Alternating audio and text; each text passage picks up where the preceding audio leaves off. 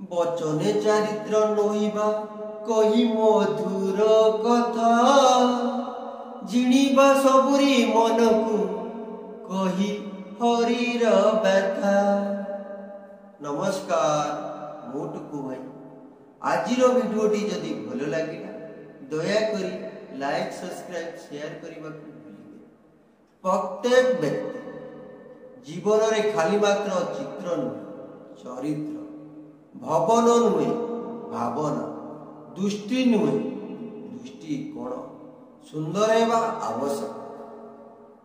प्रदर्शन करिबारे जदि अछि तबे दया ठारू भल किछि ना। कहा प्रति दयार मनोभाव रखिबा एक महान डेरी रे हेउ पछे एतिकी तो बुझीगली आमे कहा पाई सेतिकी इम्पोर्टेंट होई न थाउ जेतिकी आमे भाबिता। जय जगन्नाथ आपणकर मंगलमय।